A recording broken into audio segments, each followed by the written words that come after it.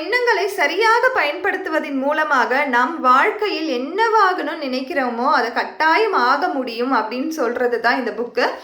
Think and grow rich by Napoleon Hills. இது பெரும்பான்மையான மக்களோட ஃபேவரட் புக். இது மேனிஃபெஸ்டேஷன் அப்படின்ற ஒரு டேர்ம் வரத்துக்கு முன்னாடியே எழுதப்பட்ட ஒரு புக்கு. அல்கமி கூட 87, 80s தான் ரிலீஸ் பண்ணாங்க. அதே மாதிரி சீக்ரெட்ஸ் கூட 2000க்கு அப்புறமா தான் ரிலீஸ் ஆச்சு. ஆனால் இந்த புக் 1937 ரிலீஸ் ஆச்சு. இதில் நிறைய டெக்னிக் சொல்லியிருப்பாங்க. உலக சாதனையாளர்கள்லாம் என்ன மாதிரியான விஷயத்தை அவங்க லைஃப்பில் யூஸ் பண்ணியிருக்காங்க, அதன் மூலியமாக அவங்க என்னென்னலாம் நன்மைகள் பெற்றிருக்காங்க அப்படின்னு சொல்லியிருப்பாங்க.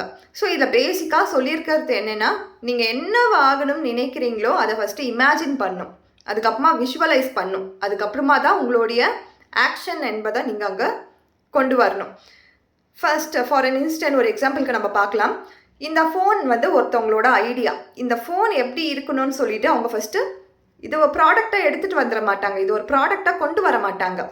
இதை இமேஜின் பண்ணுவாங்க. இந்த ஃபோன் இப்படி தான் இருக்கணும், இந்த ஃபோனுக்கு இந்த பட்டன்ஸ்லாம் இருக்கணும், இந்த ஃபோன் இந்த கலரில் தான் இருக்கணும், இந்த ஃபோன் இந்த சைஸில் தான் இருக்கணும், இதோடைய பெயின் பாயிண்ட்ஸ் என்ன இருக்குது, இது என்ன மாதிரி மக்களுக்கு என்ன மாதிரியான ஒரு ப்ராடக்டாக போக போகுது அப்படின்னு சொல்லி இதை இமேஜின் பண்ணியிருப்பாங்க. அதுக்கப்புறமா அதை விஷுவலைஸ் பண்ணியிருப்பாங்க.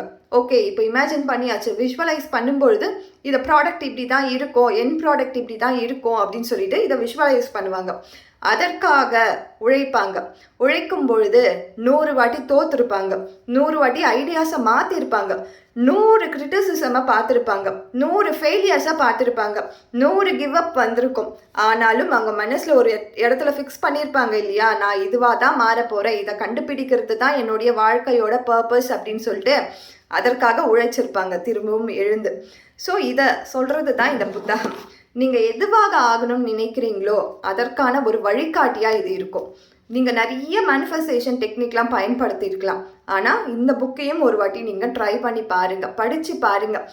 இதை ஆடியோ புக்காக கேட்கும் பொழுதோ ஆர் நீங்கள் ஒரு கதையாக கேட்கும் பொழுதோ அதெல்லாம் அந்த எஃபெக்டிவான ஒரு ரிசல்ட்டை கொடுக்காது. பட் நீங்கள் ஒரு வேர்டாக ஒரு அனுபவமாக நீங்கள் படிக்கும் பொழுது, ஒரு எக்ஸ்பீரியன்ஸாக நீங்கள் படிக்கும் பொழுது கட்டாயம் உங்கள் லைஃப்பில் இது ஒரு முன்னேற்றத்தை கொண்டு போகும். இது ரொம்ப ஓல்டஸ்ட் புக்கு. 1937னா கிட்டத்தட்ட ஒரு 100 இயர்ஸ் நெருங்க போகுது.